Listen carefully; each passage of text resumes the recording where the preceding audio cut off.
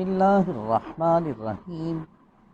مجالس نوری میں سے مجلس نمبر 70 ہے، جس میں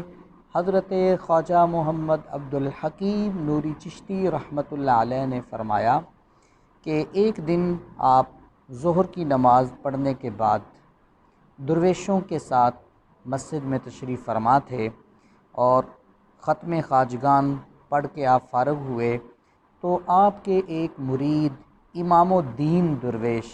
وہ ذکر کر رہے تھے، تو ذکر کرتے کرتے ان پہ وجدانی کیفیت طاری ہوئی اور وجد کے اندر انہوں نے دوڑنا شروع کر دیا، اور حالت ذکر میں، حالت وجد میں وہ دوڑتے ہوئے مسجد سے باہر نکل گئے، یہاں تک کہ جو مسجد کے باہر صحن میں کنواں تھا انہوں نے حالت وجد میں اس کنویں میں ہی چھلانگ لگا دی اور اس میں گر پڑے۔ جب مریدین دوڑے بھاگے پیچھے دیکھنے کے لیے تو انہوں نے دیکھا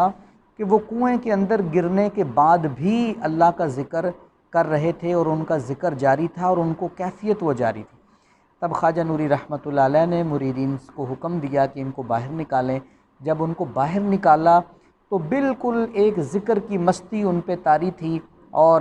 وہ باہر نکلنے کے بعد بھی ان کا ذکر جاری تھا اور ایک وجد کی کیفیت ان کے اوپر طاری تھی۔ پھر آپ نے ان کے سینے کے اوپر ہاتھ رکھ کے دم کیا، جس سے ان کے وجد میں افاقہ ہوا۔ تو آپ نے فرمایا کہ یہ اللہ کا ذکر کرتے ہوئے انسان پہ وجدانی کیفیت طاری ہو جاتی ہے، اس لیے کہ اللہ کا ذکر اس کا تعلق نور کے ساتھ ہے، تو نور جب انسان کے بدن میں داخل ہوتا ہے